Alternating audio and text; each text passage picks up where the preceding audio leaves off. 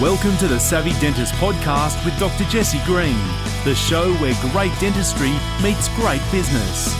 Listen in each week as we bring you an inspiring person who will share their story, ideas and business techniques to help you create a practice and a life you love. And now introducing your host, Dr. Jesse Green.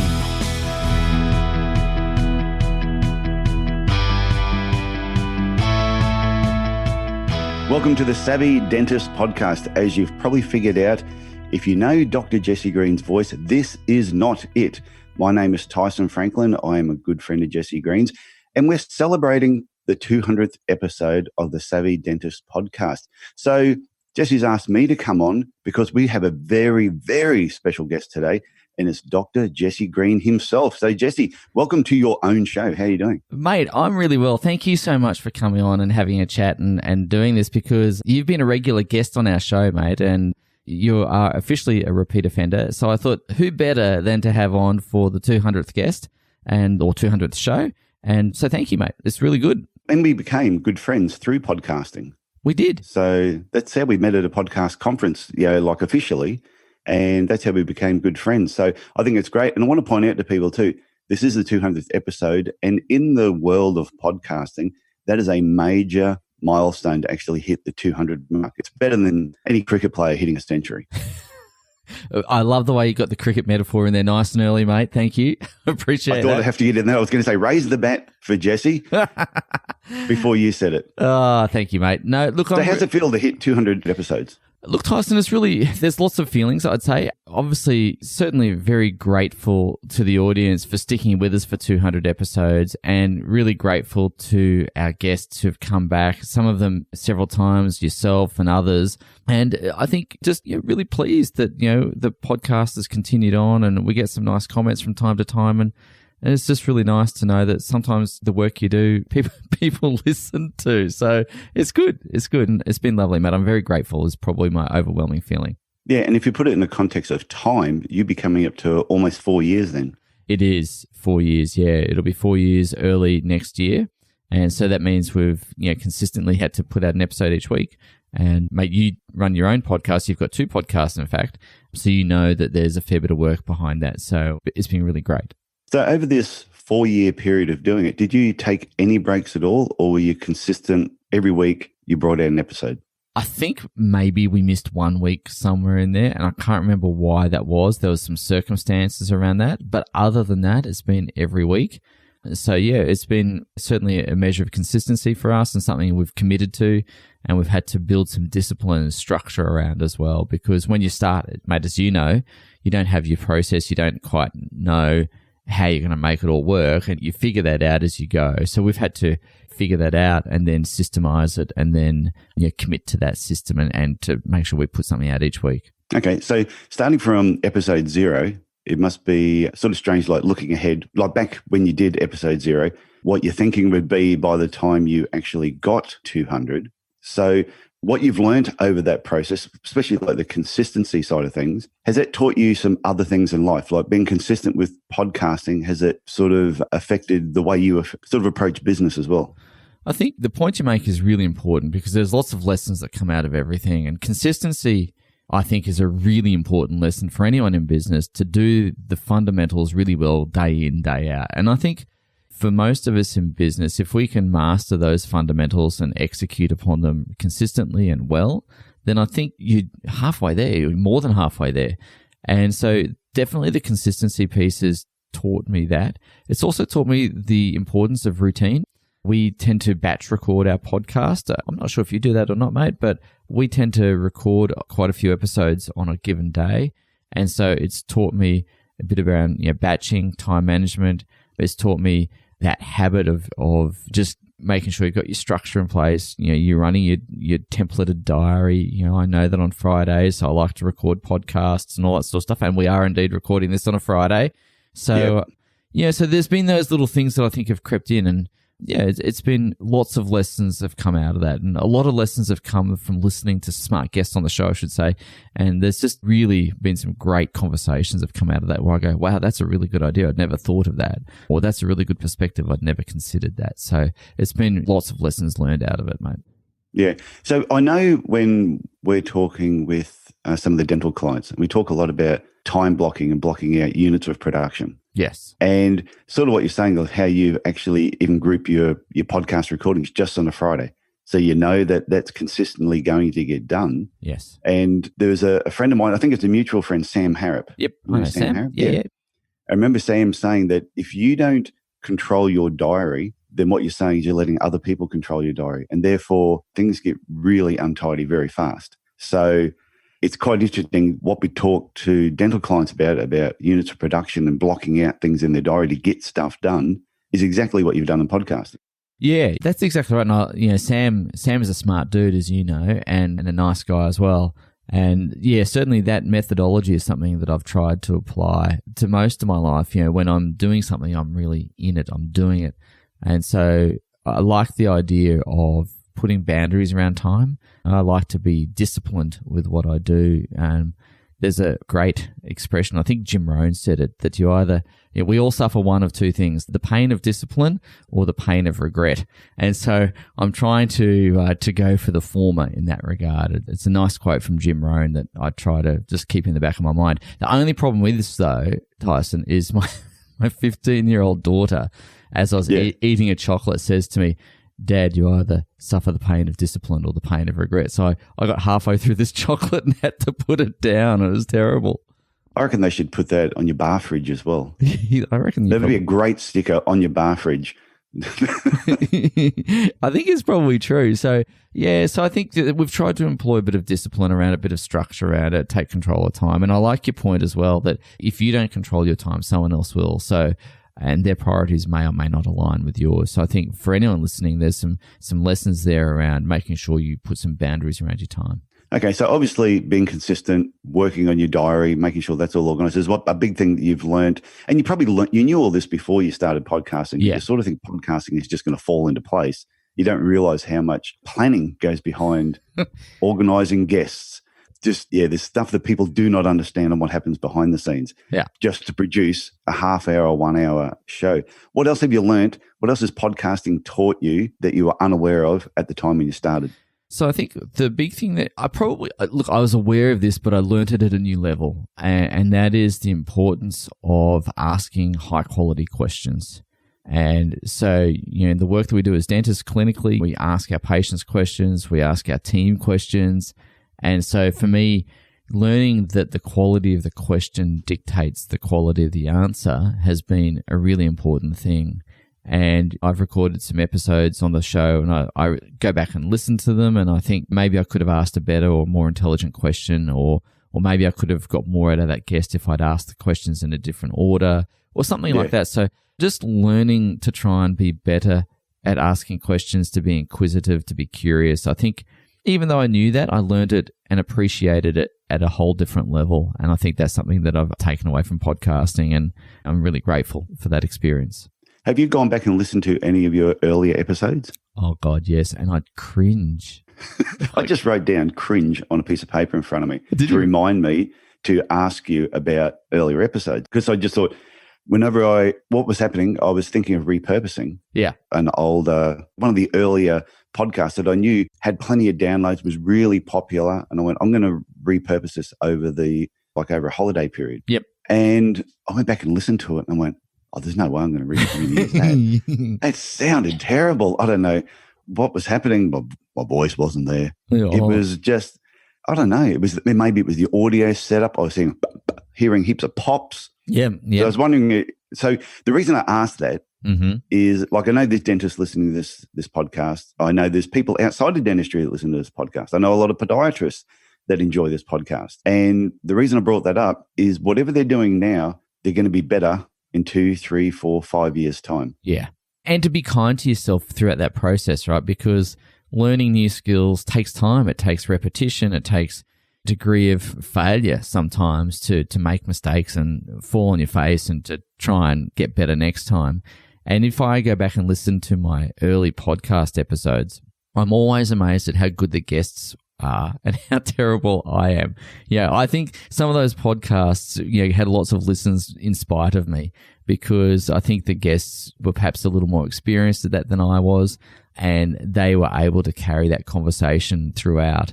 And so I think that your point is absolutely spot on, Tyson. I think that for anyone listening to this, as you try something new, attempt something that you haven't done before, then I think there's got to be a little bit of a learning curve there, and perhaps being patient with yourself and being kind to yourself and appreciating the fact that, as you said, in a year's time or 2 years' time or 3 years' time, you will be better than you are today. And whether that's clinical work, running your practice, whatever it happens to be, you do develop skills. And interestingly, Tyson, just on that, I was talking to a guy, Ray, who was the previous owner of our practice. And I hope this is not too much of a tangent, but anyway, it's kind of related. And I'll let you know. You will edit it out. If all of a sudden the conversation now goes on to cats playing the piano, we know we edited this section out. Yeah, exactly. If I hear snoring coming through the line, I'll know I've lost you. Yep.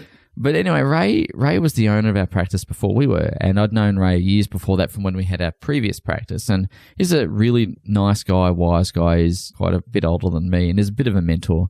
And I was talking to him a little bit about the aging process, and obviously we're all aging and I'm getting a bit older, and I noticed that my perspectives shift and so on.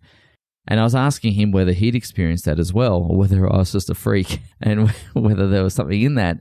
And the point he made was that as we all age, we accumulate experience, we accumulate lessons, we accumulate wisdom. And so by definition, your perspective should change. And so I guess tying into the comment that you made earlier, that as you take on new things, you will get better at those things. I guess my additional comment would be that as you go through your career, things that are important to you now may be less important later, or things that are unimportant now might be more important later. And there's always going to be new skills, new things that come up along the way. So I guess just to tie into that, I think that your life, your career is an ever-evolving, ever-moving feast. Yeah, and I think if you relate it back to podcasting, like what we've gone over ourselves over the last couple of years, is some of the things I used to worry about with producing a podcast, I don't worry about now, and the podcast is better. Yeah, and I think in practice, it's the same thing. You worry sometimes about things that are out of your control that you cannot change, and you're not putting your time and energy into the areas of your practice that you should. But then as time goes on, you start realizing, you know what, why am I worrying about this? That's somebody else's job. Yeah. I'll get on to do what I like to do, and your practice becomes better. Yeah, and I think there's also a lesson in what you're saying as well, mate, and that is not to sweat the small stuff, right? There's 100 little details that you could spend hours and hours and hours obsessing over, fussing over, but do they really make a difference? Do they move the needle, as you and I like to talk about? And so I guess for anyone listening here, it's about making sure you're not majoring in the minors and spending time on the things that do make the difference. And I think whether it's podcasting, whether it's dentistry, and even if we've got podiatrists listening, even in podiatry, it's the same thing. We've got to make sure we spend our time and energy on the things that make the biggest difference and get that return on effort, return on time, return on energy. And that's the lesson that I've had to learn over the years, and I'm sure we all go through that. And the good part is, through this learning curve, whether it's regardless of what you try, especially in practice, there's all these new skills constantly coming through that you need to learn, but nothing kills you. No. So even though I can ask a group of people, who here loves public speaking?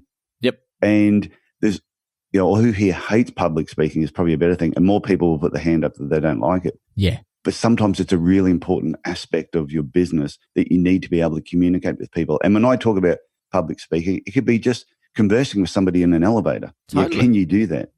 Yeah. I think the art of conversation and speaking is something that's really important. And, we live in a digital world, and, I like digital things a lot, quite into all the latest things that are happening on the internet, or what apps are being used, or social media platforms. And I know you are too. And in spite of my interest in that, I'm still very much a believer in the spoken word, the ability to converse with another human being face to face, the ability to relate, the ability to empathize, the ability to build a relationship. And much as I like to embrace technology, I think that there's a risk there that we lose the ability to really converse, the ability to really connect through words. And dentistry, podiatry, business in general, everything is a person-to-person business, and we don't do business with companies, we do business with people. And so that's why sometimes, in spite of my interest in technology, I feel a little bit like Back to the Future is a good way to go on occasion. Oh, old school. Old school. I mean, yeah, just talking and communicating with people. And people that I've employed in the past, the team members who have never really lasted in my practice when I had it were people that lacked communication skills. They may have had the great technical skills, but they're useless if you cannot communicate what it is that the message you're trying to get across to the patient. Yeah, and I think even though everyone hears communication skills are important, and I agree with you, technical skills are important, but you need those communication skills to round it out. And we all know that. And what amazes me from time to time is that even though we know that, we don't spend time developing that skill. We just kind of think that we were born learning to speak, therefore we can communicate. And I would argue that being able to speak does not equate to communication. Communication for me is being able to speak in a way that allows a message to be transferred and received in the way it's intended, or the ability to influence, the ability to create an outcome. And I think we need to be really conscious how we choose our words, how we use our words, and use them and choose them with a specific and deliberate intention behind it. And ultimately, I think if we can be conscious of that, then I think we're going to be more effective in our communication. Yeah, and I think that's a big part with communication, not just verbal, but even written communication. Sometimes you can write something down, and how you write it and how they're reading it can be two completely different messages. Yeah. That's the thing about technology that I don't like email, for example. It's helped us communicate with people more often, but poorly. Yeah. It becomes more transactional, right? Yeah, we can communicate with them really easily, but some of the rubbish that we write, the person on the other end receiving it sort of goes, really? Is that what you're saying? And it may not be. Yeah, totally. And that's exactly right. And that's why I do like human-to-human conversation like we're having now. And ladies and gents, if you're listening to this, we are doing this as a video call. So Tyson and I can see each other, but we're just going to give you guys the audio. But being able to see someone, being able to connect with someone, hearing the tone, the inflection in their voice, all those sorts of things allow you to receive that message much more clearly. And I think as we go about our clinical work, understanding that there's nuance in the delivery of how we speak is going to be key. So it's a shame we didn't record the video. Yeah, I know. Yeah, both of us sitting here at the moment wearing our superhero costumes would have looked fantastic. Yeah, ladies and gents, be grateful for small blessings is all I can say. Hey, I've got a question for you. It's unrelated to podcasting. Go for it. But I like to ask people this. Who's your favourite superhero? My favourite superhero has to be Batman.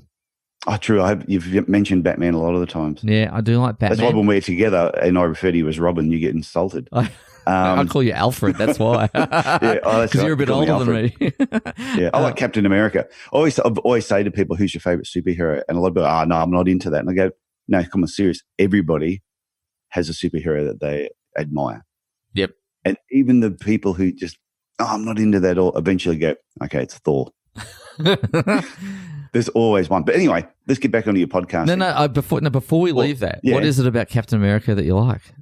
Oh, I know. Reminds me of me. Wholesome, honest, good looking. Yeah. No, what I like about him, he's one of the few superheroes that accidentally became a superhero. But before he was a superhero, he was 100% wanting to join the Marines with the best intentions to protect his country, his fellow man. Yep. And that's what I really liked about his character. Then he became a superhero, and when he did, nothing really changed. He still was the same person, but with all these extra powers. And even with that, no matter how bad the other people are, he never actually tries to hurt them. Yeah. Okay. He tries to stop them doing what they're doing, tries to protect the people around him. And yeah, I'm sure sometimes some of them do get hurt, but that's never his intention. Oh, there you go. Ladies and gents, if you're listening to this show, one of the things you need to understand about Tyson is when he had his practice, each room was themed with a superhero, right? Yeah, yeah, it was. Yeah. So the superhero thing runs deep in Tyson's life. So I really like that. I think there's some good lessons to be drawn from that. Yeah, we thought we'd just change the clinic up. Instead of in Clinic Room 1, Clinic Room 2, we had the Green Lantern, Superman, Spider-Man, even on the toilet door, on the bathroom door. We had Thor's hammer. He's the god of thunder. The patients used to find it hilarious. I'm sure. Anyway. But that's really on brand for you too, because you like to have a laugh, you like to enjoy things. And so I think that's really good branding as well. And a lot of patients used to comment on it. We'd have kids walking into the rooms and they would say, I was in the Green Lantern room today. Nice. And yeah, my wife's office was Wonder Woman. Yeah. And on my office door, actually, because I wasn't there a lot, everyone agreed that mine was the Invisible Man that they put on my door because I was just never there. They'd never see me. That's because you'd created a business that ran without you, mate, which is great. Yeah, and then the staff room was the back cave. Oh, there you go. Well, it had the back cave on the door, but when you opened up, we had done our staff room up as like Margaritaville. Okay. I just want to know if you had poles that came down through the ceiling to the back cave. It was coming. Especially if it's Margaritaville. I mean, what could possibly go wrong with Margaritaville? I know, what could go wrong in Margaritaville? Yeah, with a couple of poles. But anyway, that's another conversation for another time. We've digressed. Let's get back on track. Yep. So of all the guests you've had, have you ever had any guests, and I think this is a really important question, that have made you nervous? Yes. You have had a couple? I have had a couple, mainly because I was a bit of a fanboy and I was worried about gushing too much. I was nervous to interview Vern Harnish, who is the author of a book called Mastering the Rockefeller Habits and another book called Scaling Up, and he's also the founder of Entrepreneurs Organization. So I was very nervous about interviewing him, and he was a wonderful guest. I was also nervous to interview Mike Michalowicz, who is the author of a book called Profit First and Clockwork and a few others. And I was nervous to interview Ben Eichen. Even though Ben Eichen was a neighbour of mine in Brisbane, it's just his stature and his profile and all those other sorts of things. You kind of forget that they're just like you, and they pull their pants up in the morning and have the same things going on in their life that you do. But when you put people up on a pedestal, or there's people that you've admired for a long period of time, I certainly got a few nerves, a few butterflies, and made a few bloopers along the way. So, the few things had to be edited out as I tripped over my tongue a few times. Yeah, I've done that. But you also had on one of your podcasts, it was a small audio snippet of Richard Branson. I did. That was pretty awesome. Even though I'm sort of wondering if he knew he was being recorded. It was sort of like slipped it under his table. We did. No, you didn't. No, we didn't. We did get specific permission for that. And meeting Richard Branson, I was very, very nervous. But what was really interesting about Richard Branson is his public persona and his private life or personal persona is a little different. Everyone thinks of him as a prankster and a joker and all that sort of stuff. And sure, that's one element of his personality. But in real life, he's quietly spoken, he's very thoughtful, he's very considered. He's got a very strong sense of social justice. So even though he's a billionaire, he's really committed to helping others. And what I really like about that is that he's trying to be a force for good in the world, not just rip the guts out of a capitalist economy and go and live high off the hog. Yeah. So I like someone who gives back, and he does that in spades. So yeah, he was great. And it was needing the brown undies that day. No, but the thing I liked when you did that recording with him, and I know that you asked permission, I know you didn't sneak a recorder in there, because you mentioned on the podcast that you had permission to do it. Yeah. But what I liked is you still, even though the recording you didn't have your podcast equipment. I think you recorded it like on your phone. I recorded it on actually a little Zoom H1. Oh, right. Okay. So, yeah, because you could tell the quality of the recording was down. But the reason I wanted to bring that one up was sometimes you just got to be prepared for opportunities. When you had the recorder thing on you, probably hoping maybe I can get a couple of minutes with Richard Branson. Yeah. And you were prepared. Yeah. So when we went on that trip to Necker, and if anyone has the opportunity to go on a trip like that, just go. Just do what you need to do to make it happen and go, because you'll come away a changed and different person in ways that you won't even anticipate.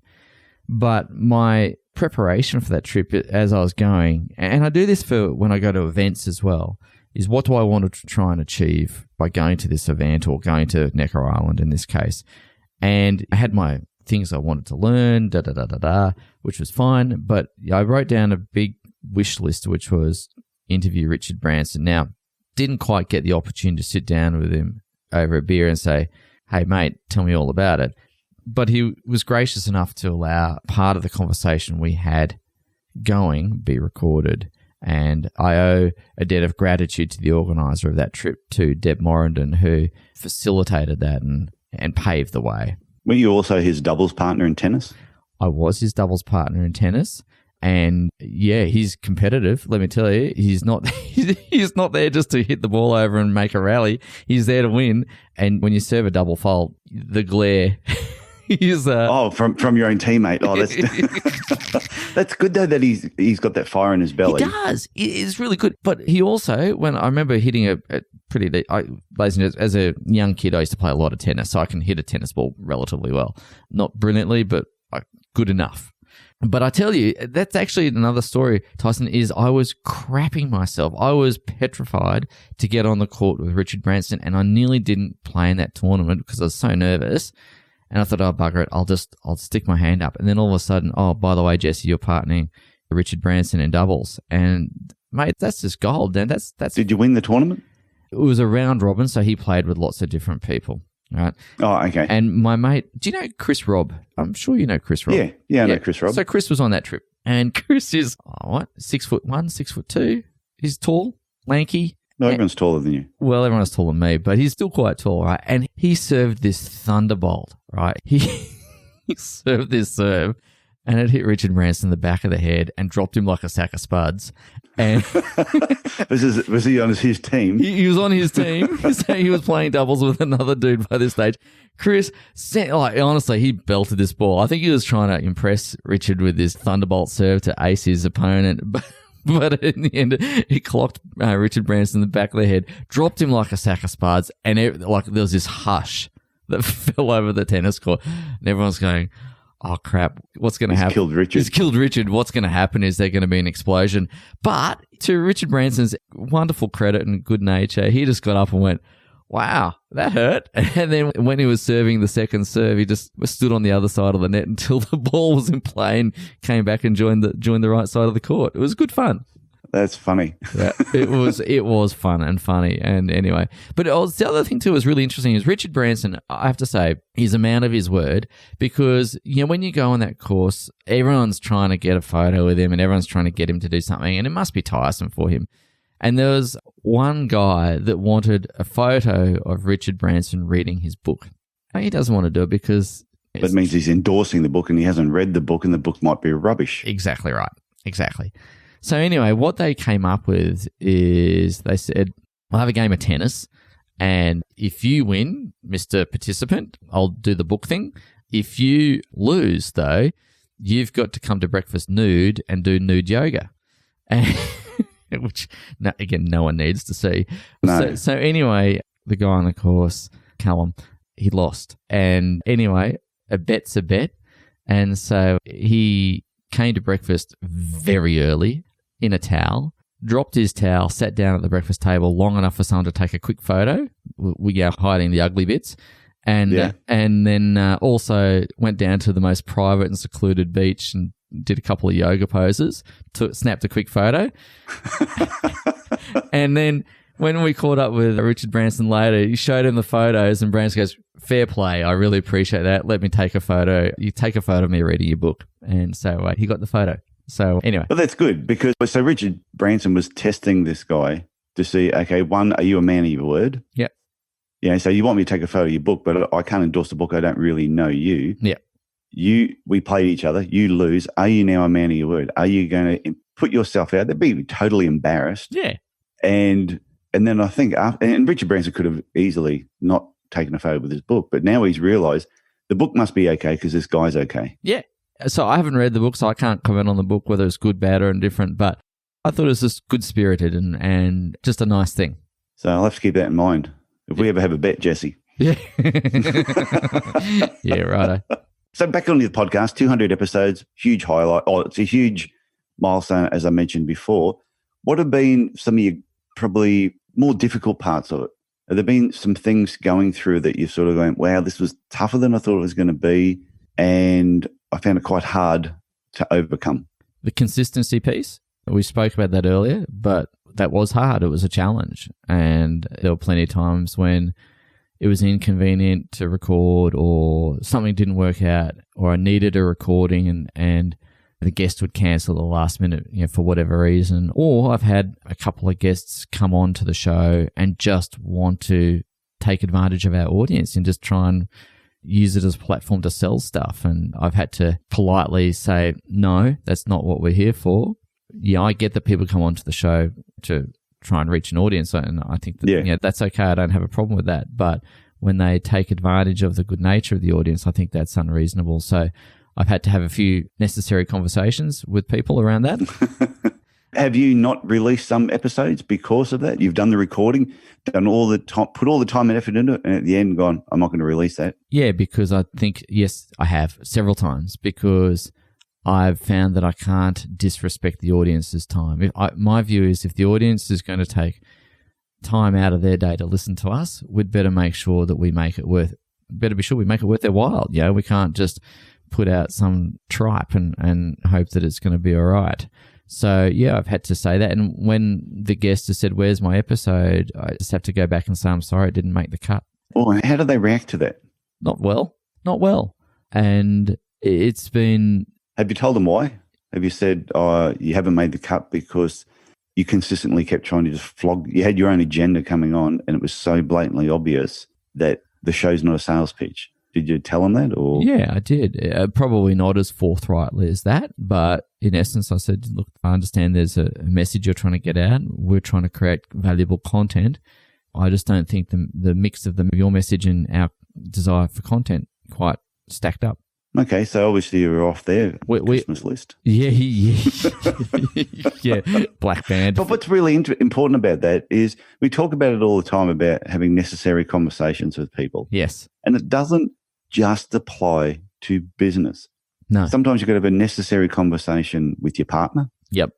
With your children, with the next door neighbor. Yep. So it's good to see that even in podcasting, sometimes we have necessary conversations with people. Yeah, we do. And again, I just think there's lots of mistakes I've made, Tyson, in the podcasting world and in business in general. Heaps of mistakes, right? But there's things that when you're recording, you just know.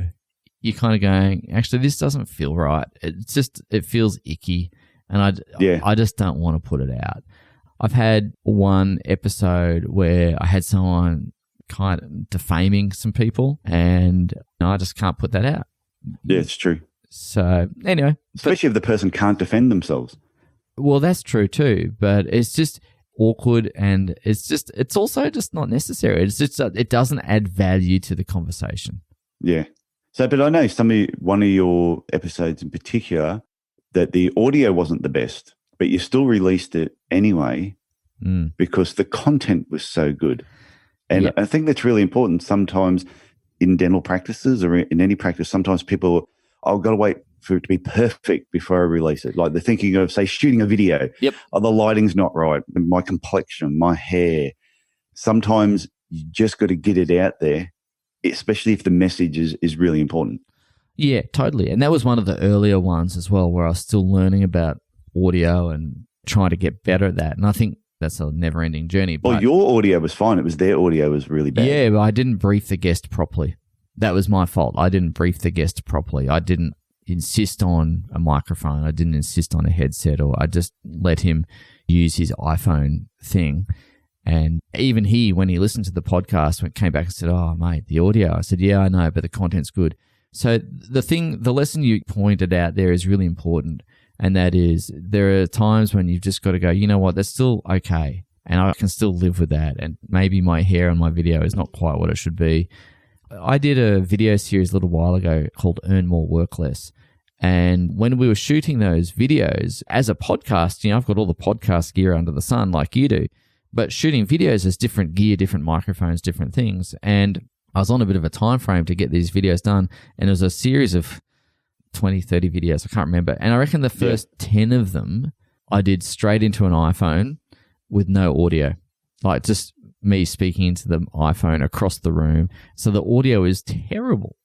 But we just had to get it out and it was okay. And we picked up some better microphones for the remaining videos. But for anyone listening, if you're doing a practice video or video blog or Facebook Live or whatever it happens to be, there are places and times when it is okay to just be okay. And it doesn't have to be super high production all the time.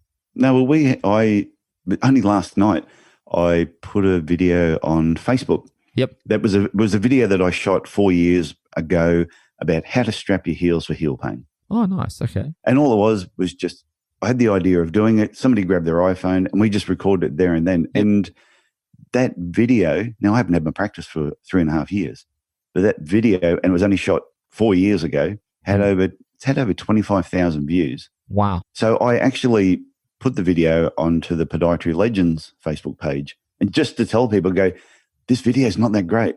It's so simple. It goes for 1 minute and 14 seconds. I go, the audio is not fantastic, but it's had over 25,000 views. Yeah. So there's people out there searching for the information you have in your head, and therefore it's important to get it out. Yeah, I agree. Totally. And I think that's a really valuable lesson. And so, ladies and gents, you record some videos, do whatever you need to do, and don't worry about getting it perfect. Just publish it and it'll be okay. And if you, as Tyson said, if you've got a video that's not perfect, but it's getting 25,000 views, who cares? It's great. You know, a video I'd love to see dentists do. What's that? How do I know when my toothbrush is no good? Nice. Like, how do you know when your toothbrush is no good? Now, my brother's a dentist, so it's been punched into me when my toothbrush needed to be changed. Because he's your brother, I'm thinking it probably was too. Bit of sibling rivalry. Tyson, I've told you 100 times this is when to change your toothbrush. But but it's one of those things. Something as simple as that. Like, when do you change your toothbrush? Show people a quick video of this is what a toothbrush looks like when it's brand new. Mm-hmm. This is what it looks like when it's overused, and it's at this point it needs to be changed. You could do that in 45 seconds. Totally. And that would be a video that I think people would watch. And I think it's useful. It's useful content.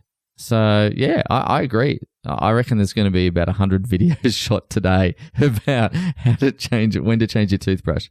Yeah, or as simple as, how do you floss your teeth? Yep. Like, it's fine to get the floss and just run it up and down, but sometimes you need a little bit more aggression. Yeah, look, I think there's a variety of things that people could do videos on quickly, easily, simply. And again, get the iPhone out, get a little lavalier lapel mic and the iPhone adapter, and off you go. It's all you need. Well, I think the quality of the cameras these days, and like you said, hooking up a lapel mic onto them. I've got a lapel mic and I had an extension cable that I put on there. But there's another microphone, if people are interested, called Hey Mic. Hey Mike. Hey Mike, and it's a Bluetooth microphone built specifically for iPhones, and you can be about 20 meters away from your phone and it will still pick up perfect audio. Nice. It is pretty cool.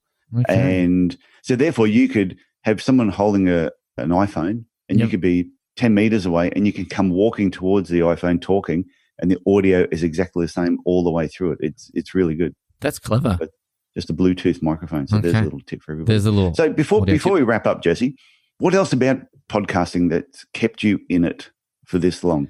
Because like you've got a cracking business already with Practice Max. Yep. Your coaching business is going great. You know the clients get a lot of value out of it. Why do you keep doing podcasting when everything else is going so well? It's a really simple answer. That's going to sound a little bit cheesy, and forgive me if it does. Have you come across Simon Sinek's work, Start With Why, all that sort of stuff? Yeah, I've got the book. So for me, my why in pretty much all that I do is to have interesting conversations with interesting people about interesting things.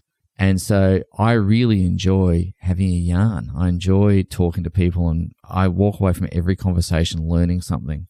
Even the ones that weren't published, those episodes we spoke about, the guests on there were still awesome. They're nice people. Like they wouldn't have. And I always learned something. So I've just got this thirst for knowledge. I like to learn things from people, and I'm always surprised that there are just so many clever people around the place, and I'm always open to hearing something and learning something from them. So that's probably the first reason. And the second reason, Tyson, is that I just kind of feel like in the dental world, there's a lot of pieces of information that don't always tie together, and sometimes even misinformation.